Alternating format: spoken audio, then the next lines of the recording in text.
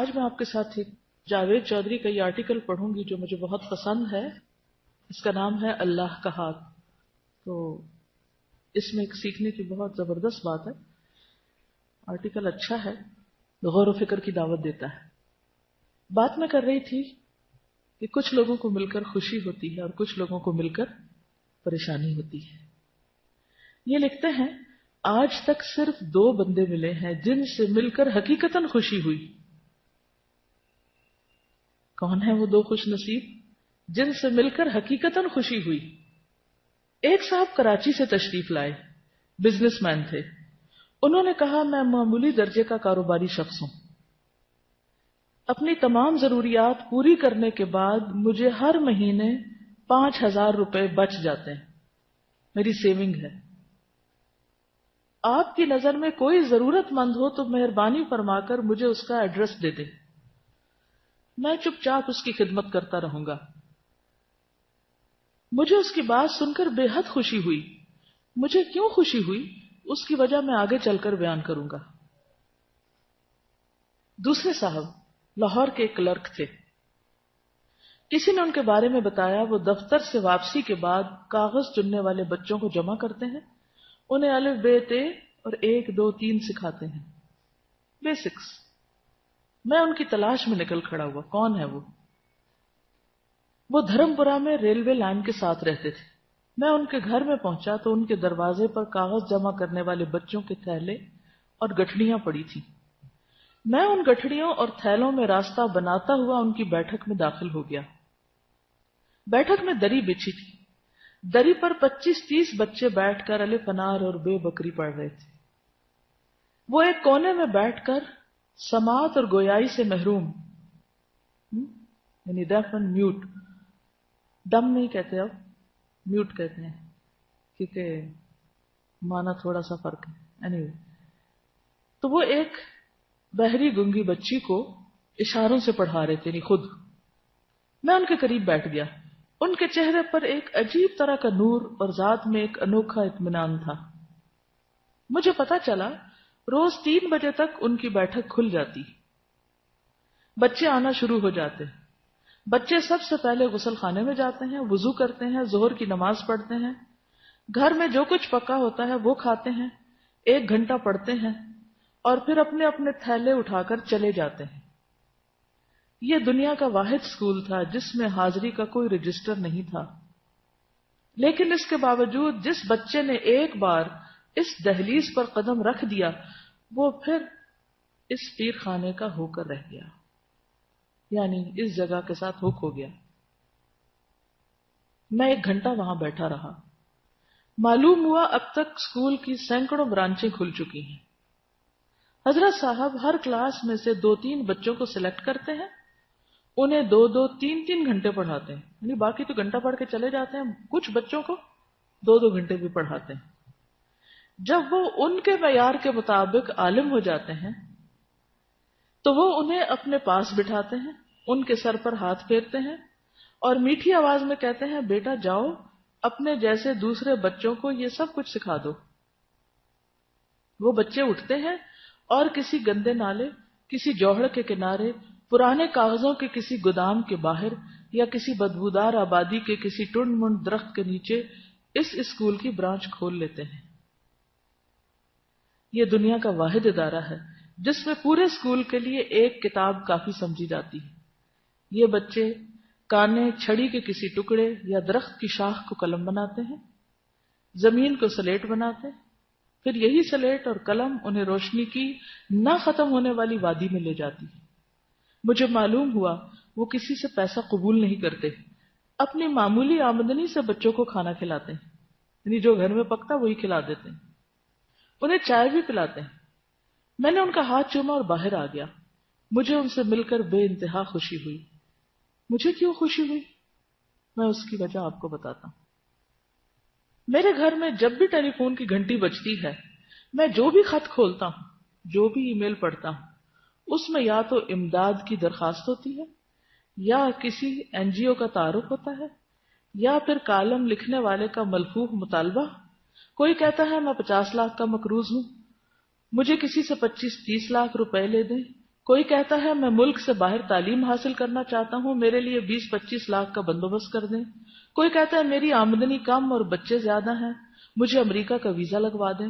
کوئی کہتا ہے فلاں بڑا شخص آپ کا واقف ہے، یا آپ نے بیرون ملک آباد فلاں شخص کے بارے میں کالم لکھا تھا، آپ اس سے کہہ کر مجھے قرض حسنہ لے دیں یا پھر باہر سیٹ کرا دیں۔ کوئی کہتا ہے ہم نے فلاں ہسپتال بنایا، فلاں تعلیمی ادارہ قائم کیا، آپ کالم میں اس کی تعریف کر دیں، ہمیں قربانی کی کھالیں مل جائیں گی، اہل خیر ہماری امداد فرما دیں گے، وغیرہ وغیرہ۔ یہ سلسلہ جب دنوں سے مہینوں اور مہینوں سے برسوں تک پھیل جاتا ہے تو انسانی صبر جواب دے جاتا ہے، یعنی ہر شخص یہی کام کر رہا ہے، یعنی مانگنے والا بیگر بنا ہوا۔ اس وقت شدید خواہش پیدا ہوتی ہے کہ اس ہجوم میں کوئی نہ کوئی ایسی آواز ہو جو قریب آ کر کہے میں امداد لینے والا نہیں، امداد دینے والا ہوں، میں امداد لینے والا نہیں، امداد دینے والا ہوں۔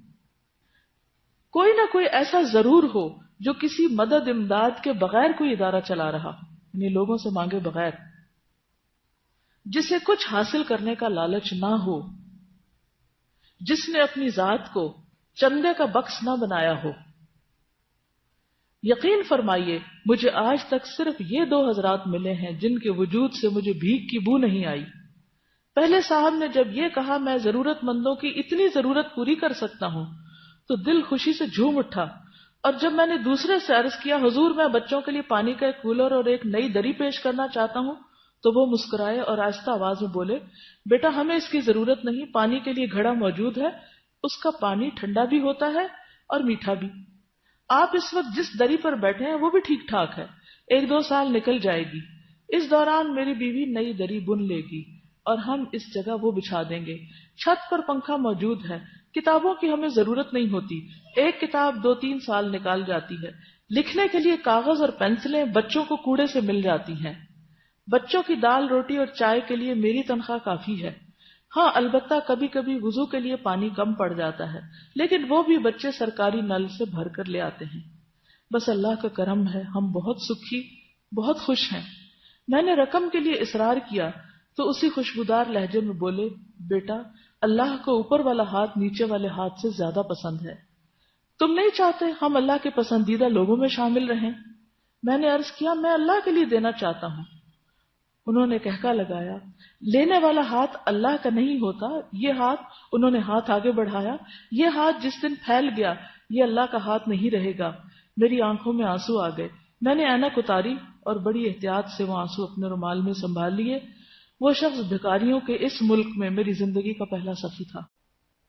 نبی صلی اللہ علیہ وسلم کے بارے میں آپ نے سیرہ میں پڑھا تھا کہ حضرت خدیجہ نے ان کے بارے میں جو گواہی دی تھی اور جس کی بنا پر ان سے کہا تھا کہ اللہ آپ کو کبھی رسوا نہیں کرے گا، واللہ ما یخزیک اللہ ابدا انک لتصل الرحم وتحمل الکل وتکسب المعدوم وتقر الضیف وتعین علی نوائب الحق، کیونکہ آپ رشتوں کو جوڑتے ہیں، ناتواؤں کا بوجھ اپنے اوپر لیتے ہیں، جو چیز لوگوں کے پاس نہیں انہیں وہ کما کے دیتے ہیں، مہمان نوازی کرتے ہیں، حادثوں میں حق کی مدد کرتے ہیں، اللہ آپ کو رسوا نہیں کرے گا۔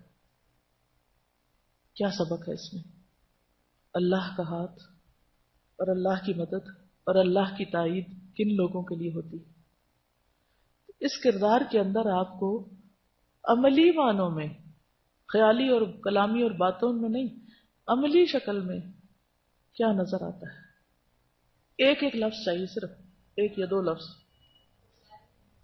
خودداری لکھ لیجئے، کور ویلیوز ہیں نا جو یہاں سے نکلیں گی، توکل، خیر خواہی، قناعت، احساس ذمہ داری،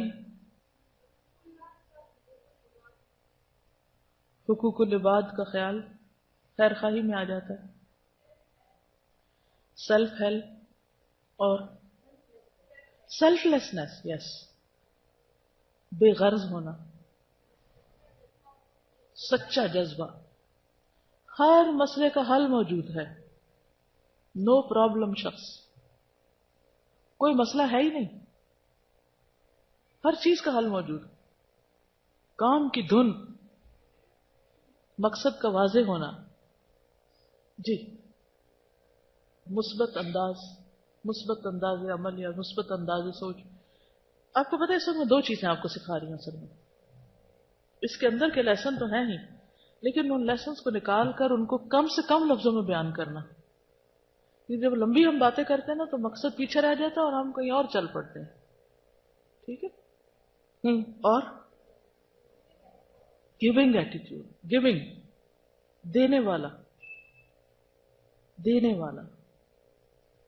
اور لینے کی تو قطرہ بھی لالچ ہے ہی نہیں کسی بھی قسم کی، اور کسی بھی چیز کی لالچ نہیں.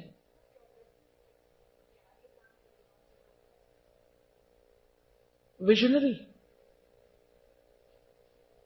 پروگریسو. یہ نہیں کہا اچھا جو چند بچے آتے ہیں وہ آئے بیٹھے اور ایک روٹینی کام کیا اور بس کہا جی ہم تو بڑا کارنامہ کر رہے ہیں. کتنی زبردست حکمت ہے کہ ان بچوں میں سے جو قابل ہیں ان کو مزید توجہ دے کر آگے اوروں کی خدمت کے لیے تیار کرنا. با مقصد زندگی، اخلاص نیت. بندوں سے محبت کہہ سکتے ہیں، زبردست محبت بندوں سے نظر آتی.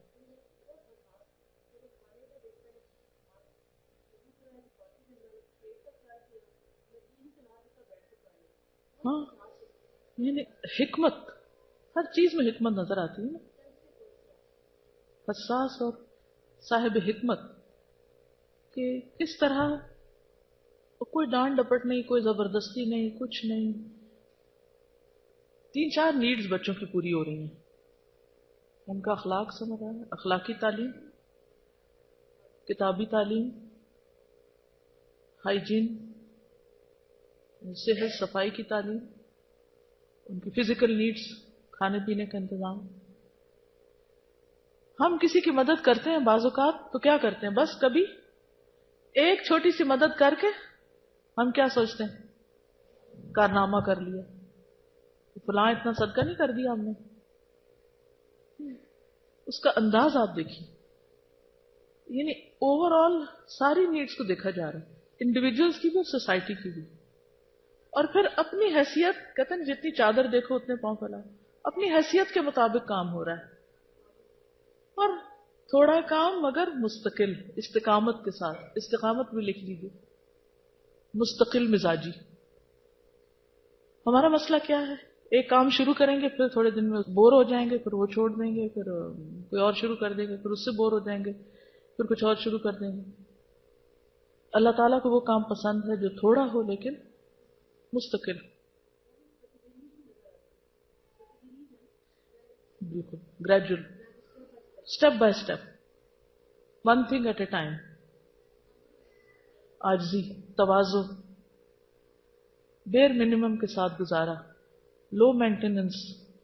آج کل یہ ٹرم بہت عام ہے نا، فلاں شخص لو مینٹیننس ہے، فلاں چیز لو مینٹیننس، یہ ہاؤس لو مینٹیننس ہے، یہ ڈریس لو مینٹیننس ہے.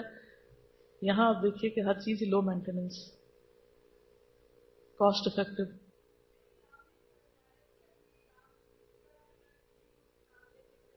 بالکل، یعنی بیوی کو بھی ساتھ لے کے چل رہا ہے، اپنی دفتر کی ذمہ داری بھی پوری کر رہا ہے، نماز روزے کا بھی اہتمام ہے، اور کوئی ٹینشن نہیں. وہ کہاں سے پتہ چل رہی ہے.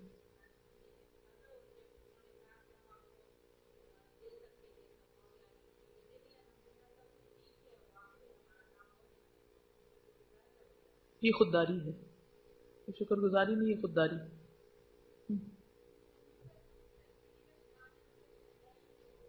جینٹلنس، ہر چیز میں جینٹلنس ہے. یعنی اس کام کو اپنے سر پہ سوار نہیں کیا ہوا.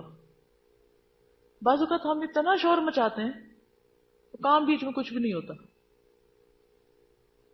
کام کام کام، یہ نہیں ہوا، وہ نہیں ہوا، ایسے نہیں ہوا، ویسے نہیں ہوا، یہ نہیں کر رہا، وہ نہیں کر رہا. قرآن پاک کی وہ ایک مثال ہے کہ لا تکونوا کاللتی نقضت غزلها من بعد قوة انکاثا. پڑھ چکے ہیں آپ؟ کیا معنی ہے اس کا؟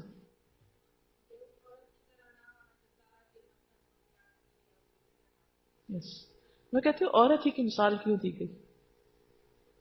اس عورت کی طرح نہ ہو جانا جو اپنا سوت کاٹنے کے بعد خود اپنے ہاتھوں سے توڑ دیتی، ٹکڑے ٹکڑے کر دیتی. ہم میں سے بہت سے لوگ اسی طرح کے عمل کرتے ہیں. اتنی محنت کرتے ہیں، تھکتے ہیں، کام کر کر کے اینڈ آف دا ڈے اتنی کمپلینٹس کرتے ہیں، سب کچھ برباد کر کے صاف کر کے پلو جھاڑ کے اٹھتے ہیں. اگر ہم تھوڑے کام ڈاؤن ہو جائیں نا، اللہ پہ بھروسہ کریں. اس دن جو میں نے بات کی تھی نا کہ اللہ سے مناجات کریں، جہاں رکاوٹ آئے، جہاں مشکل آئے، جہاں سمجھ نہ آئے، جہاں کوئی چیز ہوتی نظر نہ آئے، تو سب سے پہلے اپنے گناہوں کی معافی مانگے. یا اللہ، کوئی میری غلطی ہے جو رکاوٹ بنی ہوئی ہے یہاں پر، میں قصوروار ہوں. لا الہ الا انت سبحانک انی کنت من الظالمین. اور پھر اس کے بعد اللہ سے دعائیں کریں کہ اللہ تیری رحمت سے ہی پار ہو سکتے، تیری دی ہوئی توفیق سے ہی آگے بڑھ سکتے ہیں. تو اس سے کیا ہوگا، سارا غرور تکبر نکل جائے گا جو کسی نہ کسی طرح شیطان ہمارے اندر ڈال دیتا ہے نا. اتنا کر لیا تم نے، ماشاءاللہ، تمہارے آنے سے تو پتہ نہیں اس کام کو 4 چاند لگ گئے اور اتنی ترقی ہو گئی اور اتنا کچھ کما لیا. ہم خود کو کریڈٹ دینے کے شوقین ہوتے ہیں نا، خود کو کریڈٹ دینے لگتے ہیں کہیں بھی جب ہمیں کوئی اچیومنٹ ہوتی، اور اللہ کا فضل بھول جاتے ہیں کہ اس نے چنا ہمیں اس کام کے لیے، اس نے ہمیں سمجھ دی، اس نے راستہ دکھایا، اس نے ہم سے کروایا. اسی لیے اکثر ایسے ہوتا ہے کہ جب ہم کسی چیز کو مینشن کرنے لگتے ہیں نا، وہیں رکاوٹ آ جاتی ہے، ادھر ہی رک جاتا ہے کام. اللہ تعالیٰ کہتے ہیں اچھا کر کے دکھاؤ، پھر اب تم سمجھتے تم نے کیا، کرو اور دیکھو کتنا ہوتا ہے. اور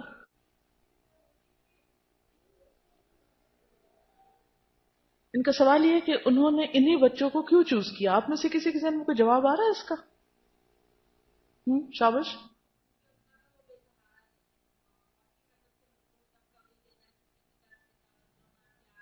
یعنی سب سے محروم طبقہ نا، جن کو کوئی پوچھتا ہی نہیں. اصل وجہ تو وہ خود ہی جانتے ہوں گے، لیکن بظاہر ایسے نظر آتا ہے کہ انہوں نے ان بچوں کو لیا جو واقعی مدد کے مستحق تھے.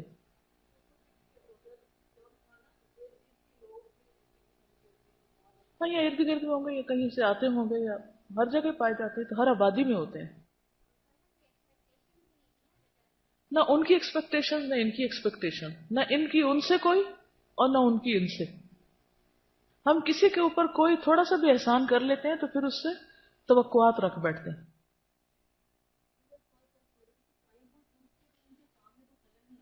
بالکل، وقت وہ چوز کیا، یعنی اپنا ٹائم وہ چوز کیا کہ جس میں اپنی دوسری ذمہ داریوں پر کوئی اثر نہیں پڑ رہا تھا. بچے بھی سارا دن اپنے کاغذ چن چنا کے آگے، وہ بھی کام کر کے آگے، یہ بھی کام کر کے آگے، اور اب بیٹھ کے مل کے پڑھ رہے ہیں. زبردست ٹائم مینجمنٹ. بالکل.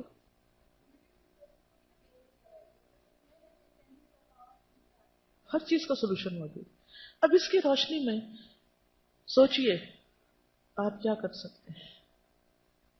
تو یہ جو برکت کا ایلیمنٹ ہے نا کسی بھی کام میں، یہ جو یہاں بھی اس شخص کے بھی کام میں برکت نظر آتی ہے، وہ اسی وجہ سے ہے کہ اس کا اپنا ایک سیلف لیسنس ہے.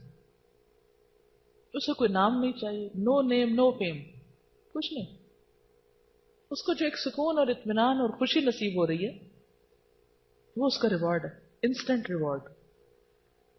ہم سکون کی تلاش میں ہوتے ہیں، ہم سکون آور دوائیاں خریدتے ہیں، ہم سکون چاہتے ہیں، لیکن سکون ہمیشہ دینے سے ملتا ہے، خدمت سے ملتا ہے، بے غرضی اور اخلاص سے ملتا ہے. اس لیے چھوٹی سی نیکی کو بھی حقیر نہ سمجھیں، چھوٹے سے کام کو بھی معمولی نہ سمجھیں، اور چھوٹی سی چیز بھی کل قیامت کے دن ہو سکتا ہے کہ وہی کام آ جائے. تو اس پر بھی جتنا ہم اللہ کا شکر ادا کریں اتنا ہی کم ہے کہ اس نے ہمارے لیے نیکی کے مواقع رکھے ہیں، جگہ رکھی ہیں. وہ ایک کھجور جو آپ کھانے والے تھے وہ آپ نے کسی کو کھلا دی، یہ سوچ کر کہ نبی صلی اللہ علیہ وسلم نے فرمایا کہ آگ سے بچو، خواہ کھجور کا آدھا ٹکڑا ہی کیوں نہ. تو جب انسان اپنی ذات پہ دوسروں کو ترجیح دیتا ہے تو یہ سب کچھ آتا ہے. تو اس لیے اللہ کے فضل اور رحمت پر نظر رکھیں. جتنی بڑی کسی کی قربانی ہوتی ہے اتنا بڑا اس کا اجر ہوتا ہے، اور یہ سب اخلاص کے ساتھ آتا ہے، لالچ کے ساتھ کچھ بھی نہیں ملتا، پہلا بھی جاتا ہے. تو لالچ اپنے اندر سے نکال دیں، توکل پوری کا پورا اللہ کی ذات پر کریں. پھر آپ دیکھیں وہ اپنے خزانوں سے آپ کو کتنا دیتا ہے کہ آپ سوچ بھی نہیں سکتے. اللہ تعالیٰ ہمیں عمل کی توفیق عطا فرمائے. بعض اوقات علم ہمارے پاس بہت ہو جاتا ہے، عمل میں پیچھے ہیں.